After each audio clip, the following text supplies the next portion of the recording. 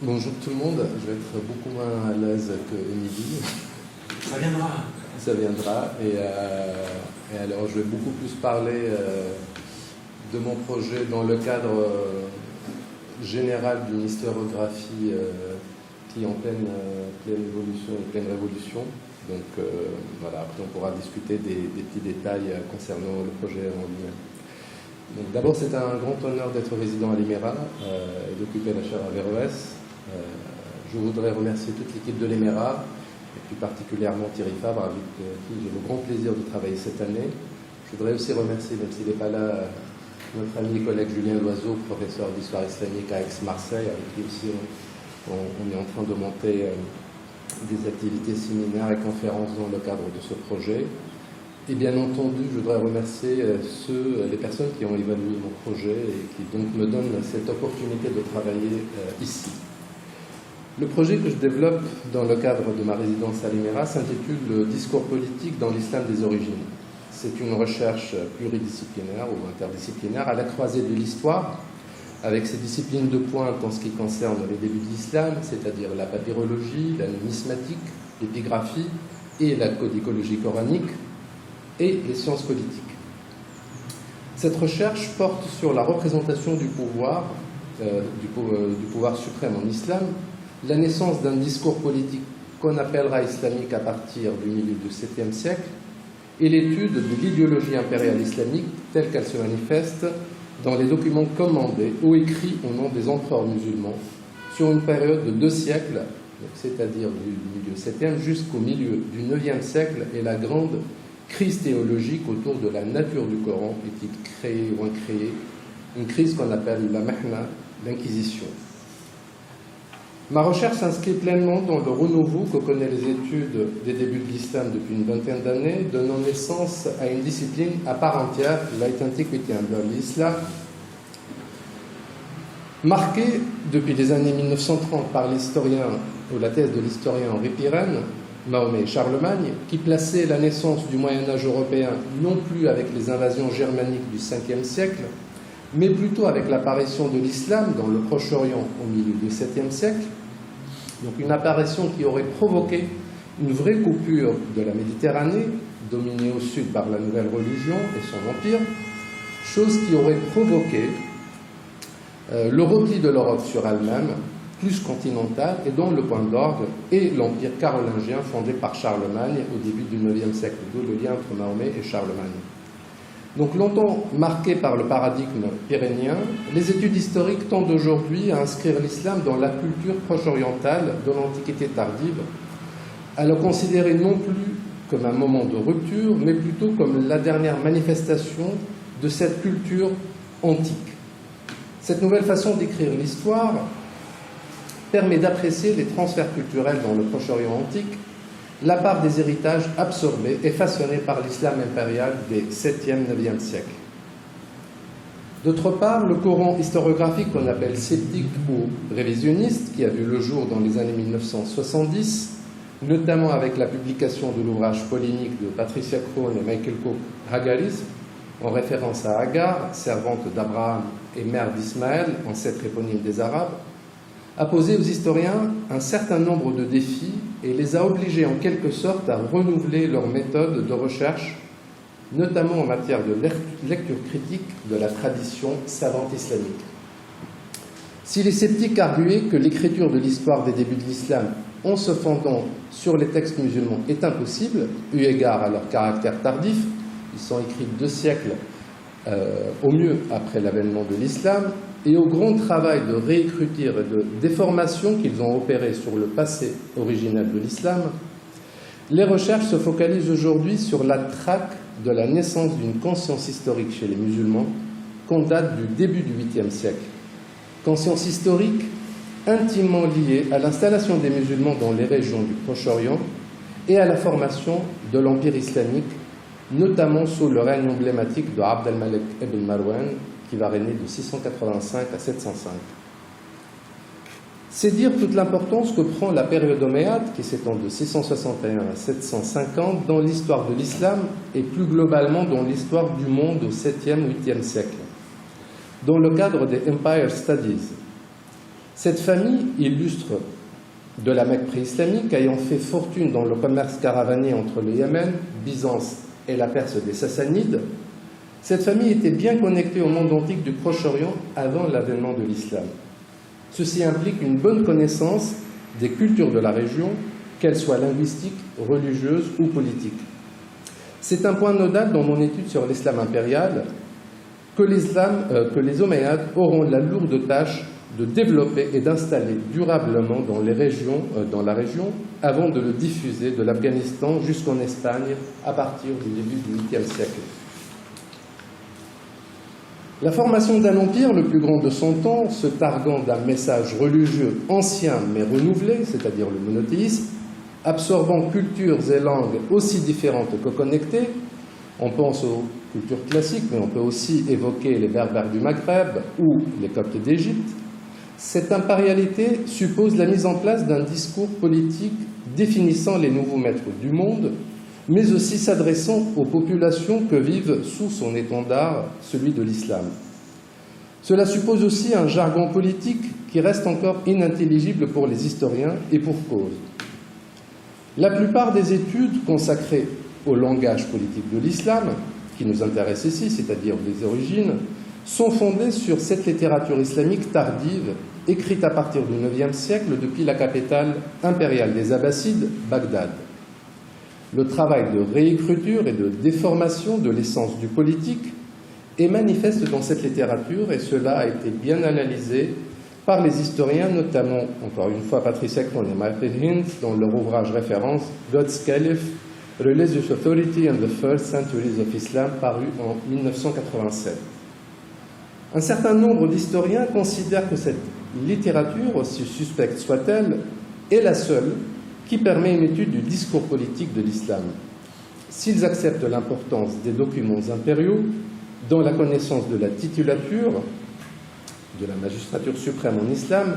ils pointent leur rareté et le caractère brut des informations qu'ils fournissent. C'est en partant de ce constat et en le retournant que j'entends proposer une nouvelle lecture du discours politique dans l'islam impérial des 7e, 9e siècles. D'abord en constituant un corpus documentaire exhaustif composé de monnaies en or et en argent. Vous avez ici quelques exemples de ce qu'on appelle les monnaies de transition, notamment en argent, donc des monnaies sassanides reprises par l'Empire islamique en ajoutant d'abord des inscriptions en Pahlavi pour inscrire le titre impérial, Amir al-Mu'minin, sur lequel je reviendrai, mais aussi des monnaies expérimentales comme la monnaie d'or en haut, où on voit le fameux dinar du calife debout, et puis pour arriver à la fin au dinar qu'on appelle épigraphique ou islamique, c'est-à-dire entièrement écrit avec la disparition des images. Donc monnaie, inscription, vous avez choisi ici deux inscriptions, la première en grec qui date de 663 et qui évoque le premier empereur musulman omeyyade, Muawiyah ibn Abi Sufyan, et la deuxième, une borne militaire commandée par Abd al-Malik ibn Marwan entre les années 685-705 et qui évoque donc une distance entre Damas, la capitale impériale, et un endroit qui n'est pas cité dans l'inscription. Donc, monnaie, inscription, les papyrus, ce qui est vraiment mon domaine, où j'ai pu des documents et des corpus sur lesquels j'ai pu travailler longtemps en Égypte, pendant quelques années en Égypte. Donc, un protocole bilingue, ce qu'on appelle protocole, c'est cette première page du rouleau des papyrus, une sorte de papier en tête sur lequel figure l'autorité qui a ordonné la fabrication de ces papyrus qui sont exclusivement destinés à la chancellerie, et malheureusement c'est le plus ancien protocole de l'islam, mais il a disparu, heureusement on l'a édité, donc on a la transcription. Un papyrus en grec mentionnant des commandes en espèces et en nature destinées entre autres à l'empereur Abd al-Malik, et enfin, comme exemple, une lettre privée mentionnant l'autorisation impériale pour accomplir le pèlerinage, et c'est une lettre qui date de la fin du 7e siècle. Et enfin, alors les codex coraniques qui sont en train de révolutionner l'histoire du Coran.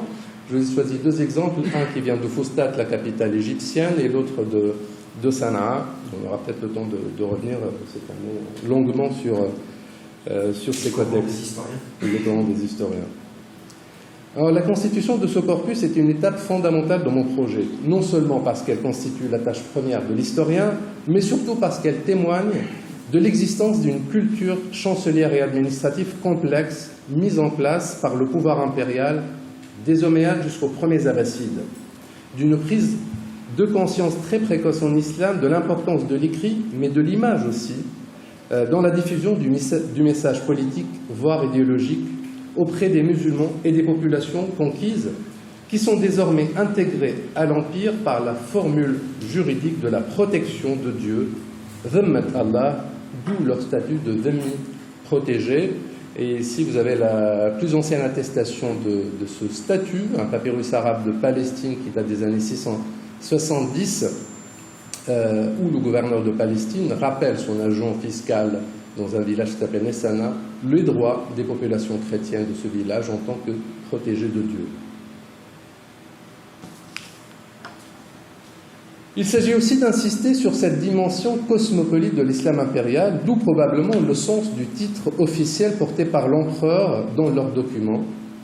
par l'empereur dans les documents impériaux, Amir al-Mu'minin, commandeur des croyants.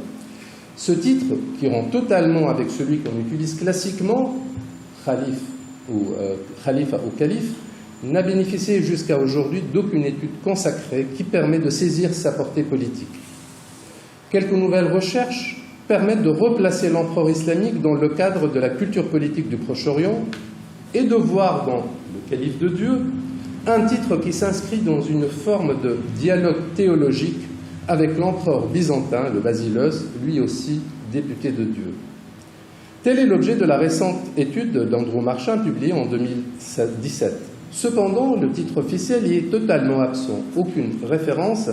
à son rôle de commandeur des croyants. En revanche, le terme « minoun », croyant, fait débat entre les historiens. Terme coranique par excellence, désignant tous ceux qui croient en un Dieu unique, celui d'Abraham jusqu'à Mohammed en passant par Moïse et Jésus, il domine et éclipse celui des musulmans, qui se fait très discret aussi bien dans le Coran que dans les documents qui nous intéressent. C'est en partant de ce constat que l'historien américain Fred Donner a développé une thèse dans un article qui fait date, From Believers to Muslims, selon laquelle la première communauté qui voit le jour dans le Proche-Orient avec la naissance de l'islam et les grandes conquêtes,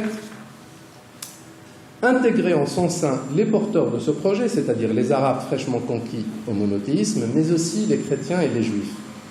Une communauté de croyants dans laquelle le message islamique ne figure pas, dans laquelle la figure du prophète ne joue pas encore le rôle qui lui sera dévolu plus tard. Ce n'est qu'après les événements de la deuxième guerre civile en islam, celle qui va opposer Abd al-Malik ibn Marwan à un certain Abdallah ibn Zubayr de 684 à 692, que le pouvoir prit conscience de la nécessité de se doter d'une identité religieuse distincte du christianisme et du judaïsme, de bâtir un message monothéiste propre à son empire, en reléguant au statut de protégés les chrétiens, les juifs, mais aussi les zoroastriens, omniprésents en Irak et en Iran. Ainsi naquit l'islam, stade ultime de l'évolution du message monothéiste proche-oriental. Démarre alors une construction impériale islamique avec l'appropriation de la figure du prophète, de Mohammed comme prophète de Dieu,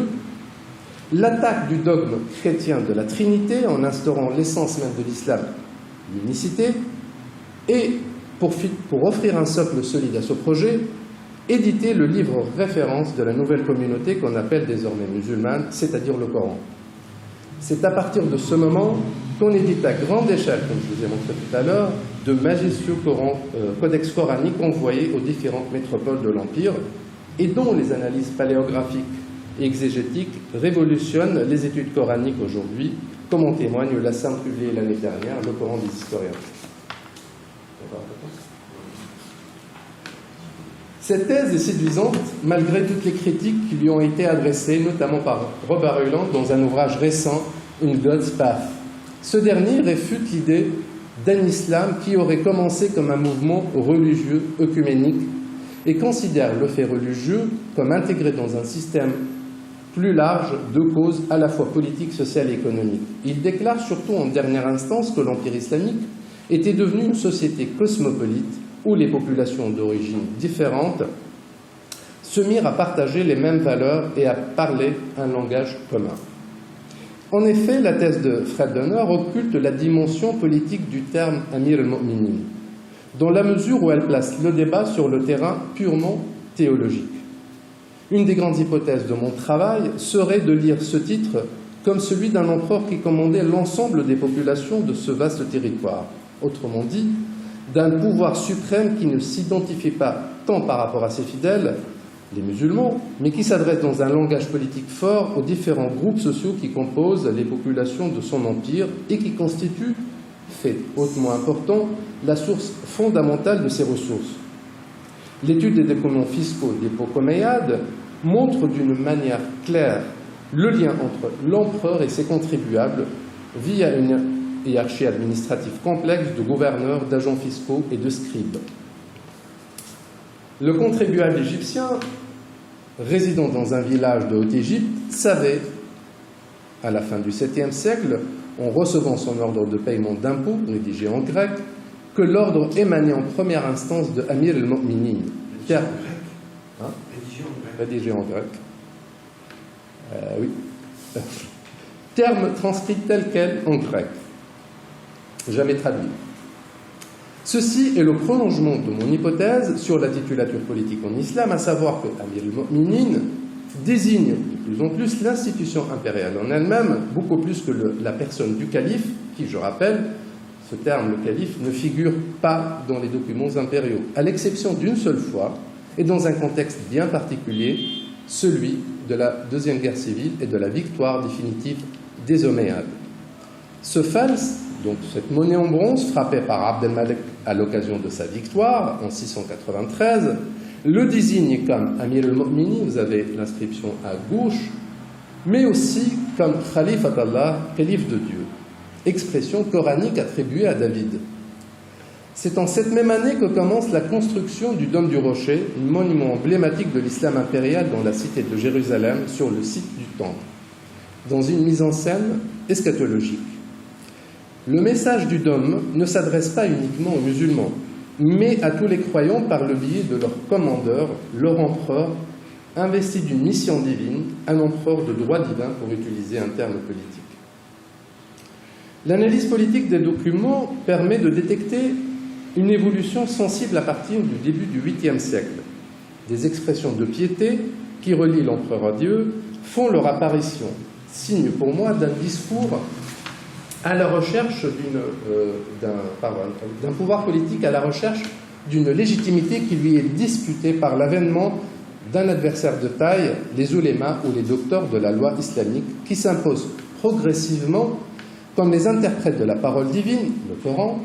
de la geste de son messager, Mohammed, avec la naissance du genre du hadith, l'édit du prophète, et de la conduite morale et religieuse à observer.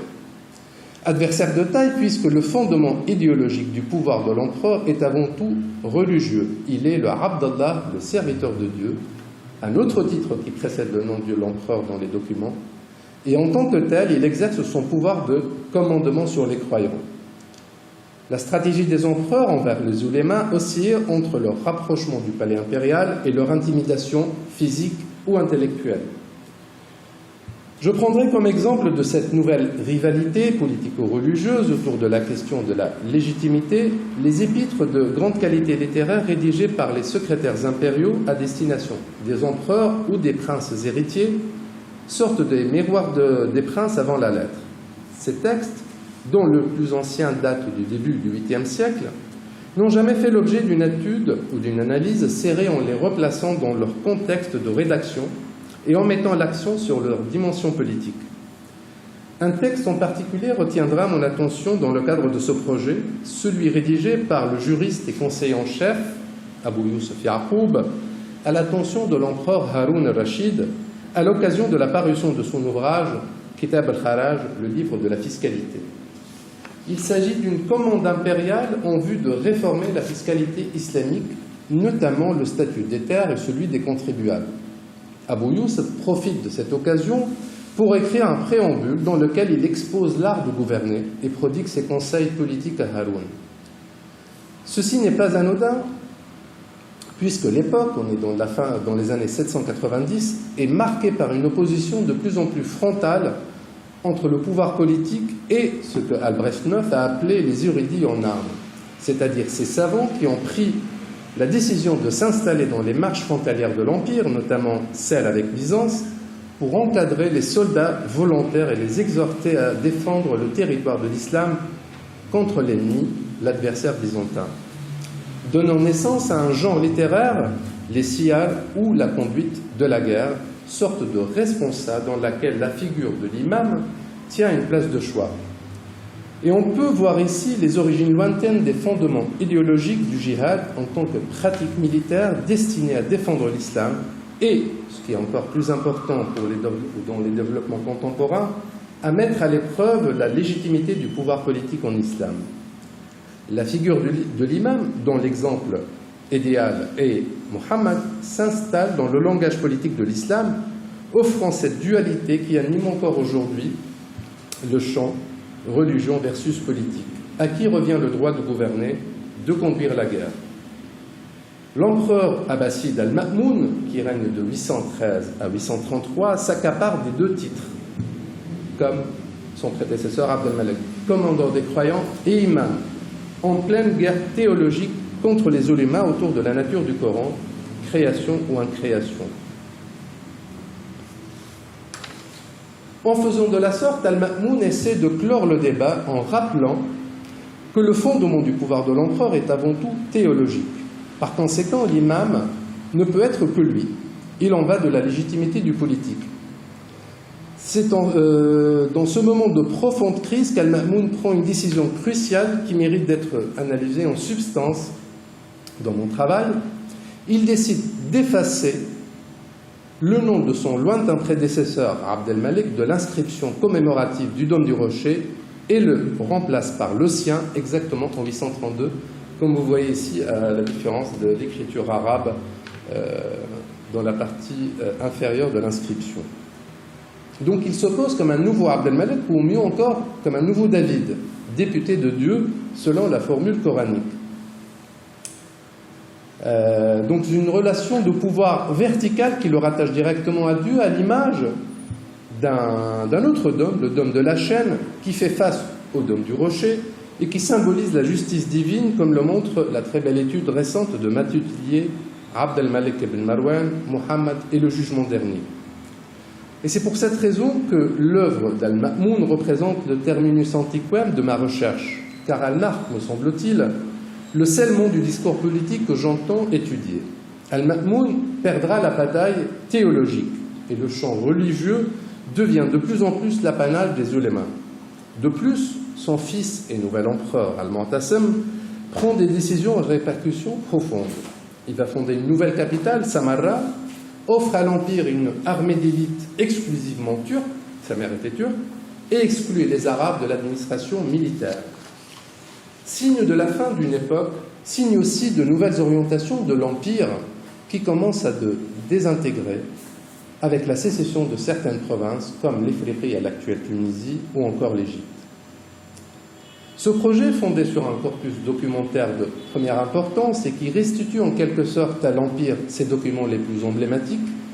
a pour vocation, dans une ultime partie, de prolonger le débat à l'époque contemporaine en m'intéressant aux œuvres des réformistes musulmans et à celles des politistes islamisants, et de voir de quelle manière le discours politique originel est perçu. Car, il faut bien le dire, la période des origines reste souvent fantasmée dans les lectures contemporaines, prisonnière d'une grille de lecture sinon essentialiste, du moins un historique sans contexte. Fantasmée dans un sens ou l'autre, période glorieuse, sorte d'âge d'or pour les uns, source de tous les maux et cause essentielle de la maladie de l'islam pour les autres. Or, les avancées scientifiques enregistrées depuis un quart de siècle, et dont je vous ai donné un avant-goût, restent encore confinées dans le cercle très restreint des spécialistes. Un livre comme le Coran des historiens est dans ce contexte un événement mondial. Il permet non seulement de désacraliser le livre, de le lire sous un jour nouveau, d'apprécier l'activité des premières générations musulmanes, ou qu'on devrait appeler plutôt génération croyante, mu'minoun,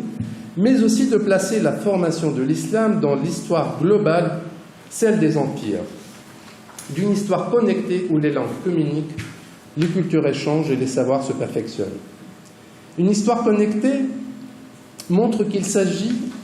concernant l'Empire islamique, d'une organisation à grande échelle qui transcende les nombreuses frontières religieuses et ethniques et qui gouverne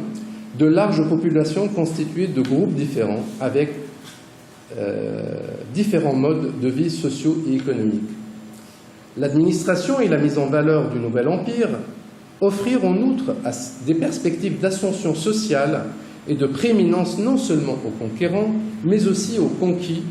convertis ou non, qui pouvaient à leur tour, par ailleurs, devenir des conquérants